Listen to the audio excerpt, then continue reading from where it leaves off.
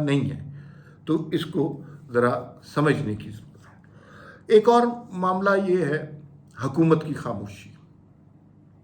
حکومت عمران خان کے خلاف پریس کانفرنس کر دیتے ہیں جس کا کوئی امپیکٹ نہیں ہوتا، وزراء جو ہے رٹے رٹائے لفظ بول رہے ہوتے ہیں، اس کا عام لوگوں پر تاثر نہیں بیٹھ رہا، اس لیے کہ ایک ہی طرح کی بریفنگ ہے، ایک ہی طرح کی باتیں کر رہے ہیں، امپیکٹ لیس قسم کی پریس کانفرنسز سارا دن جاری رہتی ہیں، اس کا نتیجہ بحث کچھ بھی نہیں رہتا، اور خان صاحب جو ہیں وہ اسی طرح بڑے لیڈر بنتے رہے ہیں۔ حکومت بھی بہت ایکٹیولی خان صاحب کو پکڑنے کے لیے کوئی اقدامات نہیں کر رہی، مثلا وہ چاہتی تو خان صاحب کو رانا ثناء اللہ 10,000 کیسز میں پکڑ لیتے ہیں، اور اس سوسائٹی میں تو ویسے ہی اٹھا لیتے ہیں بندے کو، اور پھر اس کے بعد کوئی 90 دن کا ریمانڈ لے لیں گے، کوئی کچھ کر لیں گے، تو پھر اس وقت تک دیکھا جائے گا۔ لیکن حکومتی خاموشی بلا وجہ نہیں ہے، اور وہ کوئی نہ کوئی اس کے پیچھے رمز ہے، اور وہ رمز جو ہے ہمیں آج سمجھنی ہے، اور اس گفتگو میں کوشش کروں گا کہ وہ آپ کو ایکسپلین کر سکوں۔ ضمنی انتخابات خان صاحب کی فتح ہوگی، اور خان صاحب پھر بھی الیکشن کمیشن کے پیچھے پڑے ہوئے ہیں، تو وہ اس کی واحد وجہ یہ ہے کہ دھاندلی کوئی نہیں ہوئی، ملیر میں دھاندلی ہوئی، کولنگی میں دھاندلی نہیں ہوئی، یہ عجیب حماقت ہے۔ تو یہ جو ضمنی انتخابات بھی خان صاحب کے جو اس اصل نیوکلس ہے، محور ہے، اس سے بہت زیادہ ریلیٹڈ چیزیں ہیں۔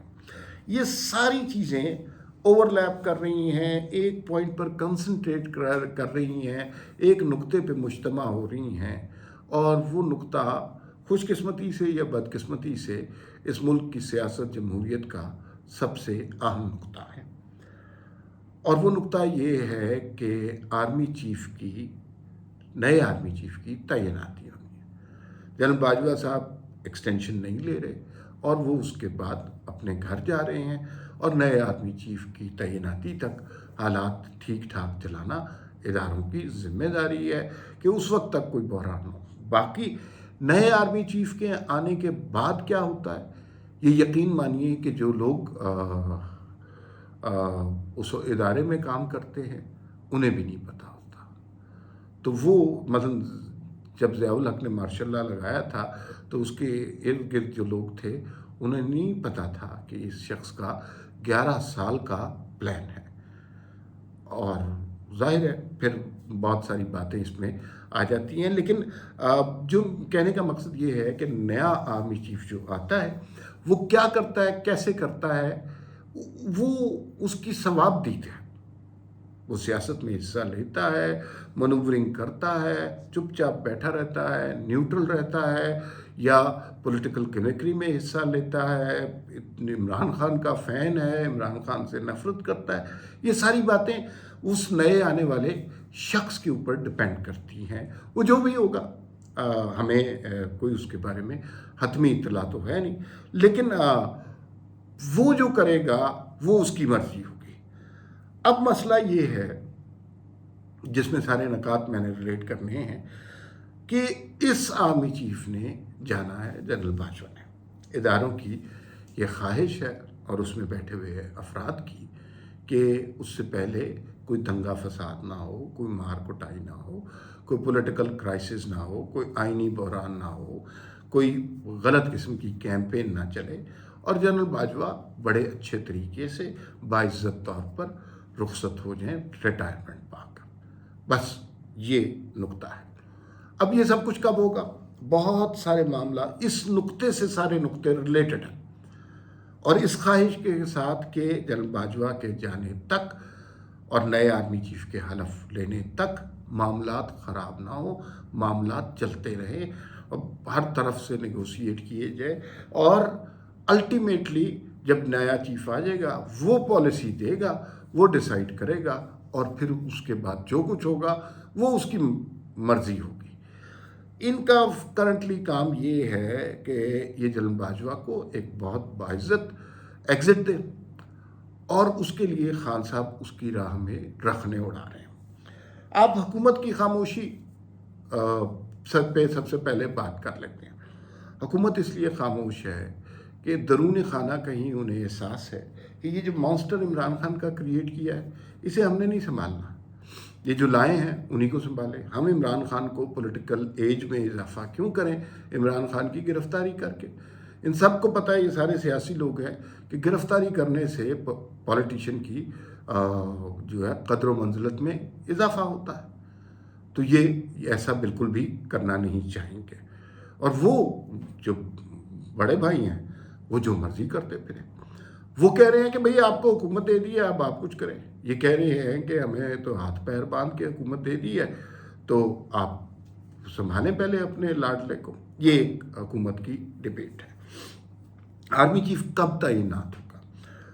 اور اگر اس میں وہ جنرل عاصم کو آرمی چیف بننا ہے، جس کے بارے میں سنا ہے کہ نواز شریف کہتے ہیں کہ جنرل عاصم کے حق میں اتنا بیان نہیں ہے، لیکن پروٹوکول اور ڈیکورم کے حوالے سے وہ زیادہ امپورٹنٹ بات ہے کہ وہ چاہ رہے ہیں کہ جو سب سے سینئر شخص ہے اس کو لگا دیا جائے، جو بھی ہے، کسی ایک خاص جرنل کے حوالے سے کوئی ان کے خیالات ذہن میں نہیں ہیں۔ اچھا، تو تعیناتی پہلے ہم نے سنا، اور شاہد خاقان عباسی نے بھی کہا کہ جلدی کر دیتے ہیں۔ اسحاق ڈار صاحب نے بھی اس طرح کی بات کی کہ اگر اتنا پولیٹیکل کرائسس ہو رہا ہے تو جلدی نام لے دیں، لیکن جلدی نام نہیں لیا جا رہا۔ کچھ کہہ رہے تھے اکتوبر تک ہو جائے گا، کچھ کہہ رہے تھے نومبر مڈ میں ہو جائے گا۔ اگر جنرل عاصم منیر نے بننا ہے تو 27 سے پہلے ہونا ہے، 27 نومبر سے پہلے۔ تو سیف سائڈ پر ہم یہ سمجھتے ہیں کہ نومبر کے آخری عشرے میں کہیں یہ اعلان ہونا چاہیے۔ آپ کہیں گے اس وقت تو بہت دیر ہو جائے گی، لیکن یہ ڈیلے، یہ دیر جان بوجھ کر کی جائے گی، اس کی کچھ ریزنز۔ خان صاحب کو میسج مل گیا کہ پرانے آرمی چیف، ظاہر ہے ان کا ایک بیگیج تھا عمران خان کو لانے میں، ان کا بڑا کردار تھا، وہ اس سے منکر نہیں ہو سکتے۔ یہ صحیح ہے، ہم سارا ملبہ اس وقت جنرل فیض امید پہ ڈال رہے ہیں سارے لوگ، لیکن جنرل باجوہ بھی اس کا پارٹ تھے۔ تو عمران خان کی جو جنرل باجوہ کے خلاف کیمپین ہے اس میں شدت آتی جا رہی ہے، اور میسج انہیں یہ دے دیا گیا ہے، اور عمران خان کو سمجھ بھی آ گئی ہے کہ جو نیا آرمی چیف ہوگا، آپ نے جنرل باجوہ کو متنازع کر دیا، اپنی خواہش کے تحت جنرل فیض کو متنازع کر دیا۔ نئے آرمی چیف کے خلاف اگر آپ نے کوئی کیمپین چلائی یا ان کو متنازع کرنے کی کوشش کی تو خان صاحب تہاڈی خیر نہیں۔ یہ ان کو میسج پہنچ گیا ہوا ہے، اور میسج کی انہیں سمجھ بھی آ گئی ہے۔ خان صاحب لانگ مارچ پہ مصر ہے کہ نہیں لانگ مارچ کرنا ہے۔ اب دو خبروں کو اکٹھا کریں کہ عدالت کی جانب سے اور الیکشن کمیشن کی جانب سے کوئی فیصلے نہیں آ رہے، اور لانگ مارچ میں بھی تعطل ہو رہا ہے۔ 31 اکتوبر کو ایک ہیئرنگ ہے لانگ مارچ الیکشن کمیشن کے حوالے سے اور فارن فنڈنگ کے حوالے سے۔ 31 اکتوبر تک ہی تاریخ کیوں رکھی گئی ہے؟ کوئی اور بھی ہو سکتی تھی، یہ کل بھی ہو سکتی تھی، پرسوں بھی ہو سکتی تھی۔ اس لیے کہ خان صاحب پہلی بیان تک بات مان گئے ہیں کہ وہ جو ہے اکتوبر میں لانگ مارچ ضرور کروں گا۔ تو اکتوبر میں لانگ مارچ کرتے ہیں، 31 کو وہ تاریخ لگی ہوئی ہے فارن فنڈنگ والے۔ تو خان صاحب کو ایک طرف سے کیرٹ اینڈ سٹک والی بات ہے کہ ایک طرف سے آپ کو بتایا جا رہا ہے کہ خان صاحب تھوڑا عقل کریں، دوسری طرف سے سٹک یہ ہے کہ وہ فارن فنڈنگ، اور اس سے پہلے امپورٹنٹ بات یہ ہے کہ توشہ خانہ، اس کا فیصلہ کسی وقت بھی کیا جا سکتا ہے، وہ کوئی اتنا تکلیف دہ فیصلہ نہیں ہے۔ اچھا، جو خان صاحب کے مذاکرات ہو رہے ہیں، دیر آر پیپل جو خان صاحب کو یہ خواب دکھا رہے ہیں، اس میں ان کے اپنے وزراء بھی ہیں، اس میں بیک ڈور ڈپلومیسی والے بھی ہیں، بیک ڈور مذاکرات والے بھی ہیں، جو خان صاحب کو یہ خواب دکھا رہے ہیں۔ خان صاحب تھوڑے دنوں کے بعد آپ کے سر پر تاج ہوگا، آپ تخت پر بیٹھے ہوں گے، کنیزیں پنکھا جھل رہی ہوں گی، اور یہ جو دوسرے سیاسی جماعتیں والے ہیں، یہ آپ کے دشمن فرنگیوں کی سازش، یہ زنجیروں میں جکڑے آپ کے حضور پیش کیے جائیں گے۔ کوئی نہیں بات کرے گا پھر فرا گوگی کی، القادریہ یونیورسٹی کی، اور آپ کی اہلیہ کی، تو پھر آپ عیاشی کریں۔ اچھا، ایسا کبھی نہیں ہوگا، لیکن خان صاحب کو بیک ڈور پہ یہ خواب دکھائے جا رہے ہیں۔ اس کا مقصد کیا ہے؟ اس کا مقصد ہے ٹائم گین کرنا، ایک ایک دن گین کرنا۔ اور یہ ٹائم گین کرتے رہیں گے. اکتوبر تک خان صاحب نے کہا لانگ مارچ نہیں کرنا ہے لازمی. تھوڑے عرصے کے بعد ہو سکتا ہے خان صاحب کہیں کہ 15 نومبر سے پہلے لانگ مارچ کریں گے، پھر اس کے بعد 20 نومبر سے پہلے کریں گے. تو وہ یہ اس طرح کی سچویشن ہو سکتی ہے. خان صاحب کو جسے پنجابی میں کہتے ہیں کہ ایک لارے پہ رکھا ہوا ہے، ایک امید، ایک آسرا دے کے رکھا ہوا ہے کہ نہیں ہو جائے گا خان صاحب، فکر ہی نہ کریں. تو اس کا مقصد یہ ہے کہ بیسکلی 29 نومبر تک زیادہ سے زیادہ دن گین کرنے. اب خان صاحب ہیں، وہ بات نہ مانیں. فرض کیجئے کہ اس دوران یہ فیصلہ ہوتا ہے کہ خان صاحب اچانک لانگ مارچ کا اعلان کر دیتے ہیں، وہی توڑ پھوڑ، غنڈہ گردی، وہ سارا کچھ شروع کر دیتے ہیں. اس صورت میں حکومت کے پاس اختیار ہے، اور خبریں بھی یہی ہیں کہ اس صورت میں لانگ مارچ سے پہلے مثلاً ظاہر ہے 4-5 دن تو وہ دیں گے، یہ نئے آرمی چیف کا نام اناؤنس ہو جائے گا. نئے آرمی چیف کے خلاف خان صاحب وعدہ کر چکے ہیں درون خانہ کہ وہ کوئی بدتمیزی نہیں کریں گے، اچھے بچے بن کے رہیں گے. تو اس صورت میں ہو جائے گا. لیکن بہرحال اگر وہ لانگ مارچ سے پہلے اناؤنس کیا جاتا ہے، اس کے بعد خان صاحب پیچھے ہٹ جاتے ہیں، وہ نیا چیف کسی نہ کسی طرح متنازع ہو جائے گا. تو اس تنازع سے بچنے کا بہتر طریقہ یہ ہے کہ اس کو پرولونگ کیا جائے. خان صاحب کو ڈرایا گیا ہے فورن فنڈنگ کے حوالے سے، توشہ خانہ کے حوالے سے، اور کوئی ویڈیو بھی ہوگی جو کہ میں بالکل وہ نہیں سمجھتا کہ وہ کوئی اچھی اسٹریٹجی ہوگی، اور اس کا نقصان ہوگا خان کو، اس کا فائدہ ہوگا جس طرح کے اس کے سپورٹر ہیں. دوسری جانب خان صاحب کو جو ہے خواب بھی دکھائے جا رہے ہیں. نہیں خان صاحب بس آپ وزیر اعظم بننے ہی والے ہیں. اور سینیٹر فیصل جاوید نے یہ بیان بھی دے دیا کہ اگلے چند ہفتوں کے بعد عمران خان وزیر اعظم بن جائیں گے. کیسے ہو جائیں گے، کون سی پارٹیاں چھوڑ دیں گی، یہ انہیں کچھ پتہ نہیں ہے. یہ بیسکلی اس خواب کی تعبیر بیان کر رہے ہیں جو خان صاحب کو دکھایا جا رہا ہے. اچھا، جو حکومت کی کوشش یہ ہے کہ اس پروسیس کو اتنا طویل کیا جائے کہ یہ نومبر کے آخری عشرے میں پہنچ جائے، اور نومبر کے آخری عشرے میں 24-25 نومبر تک یہ فیصلہ لمبو میں رہے اور کوئی حتمی بات نہ ہو سکے.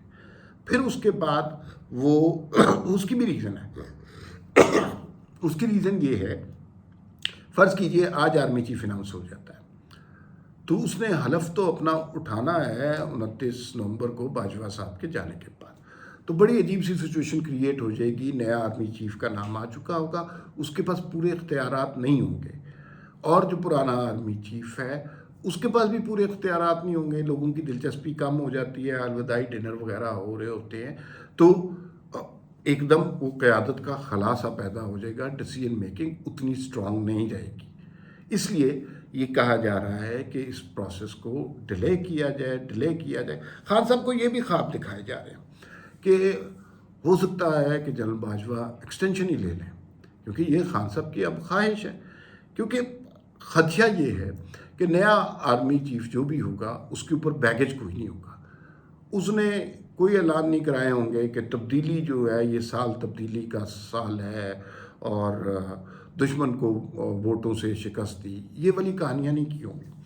وہ نو نانسنس ٹائپ کی پالیسی اپنائے گا، جو اگر آپ ان کے ساتھ مداخلت نہیں کریں گے تو وہ بھی آپ کے کاموں میں مداخلت نہیں کریں گے. آپ ان پر گالی گلوچ کریں گے تو پھر وہ آپ کو چھوڑیں گے. یہ ان کی فیوچر پالیسی کے امکانات ہو سکتے ہیں.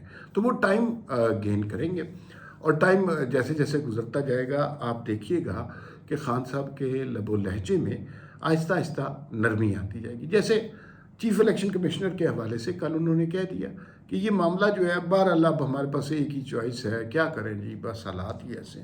یہ آدمی بیسکلی جب وہ سارے حرکتیں کر چکا ہوتا ہے تو پھر مایوس ہو کر اس طرح کی گفتگو کرنے لگ جاتا ہے. خان صاحب شاید اس طرح نہ کریں، لیکن خان صاحب کی بیک کرنے والا ایک بہت بڑا پروپیگنڈا گینگ ہے. وہ پوری کوشش کریں گے کہ اس سارے عرصے میں چیزوں کو متنازع کیا جائے، پریشر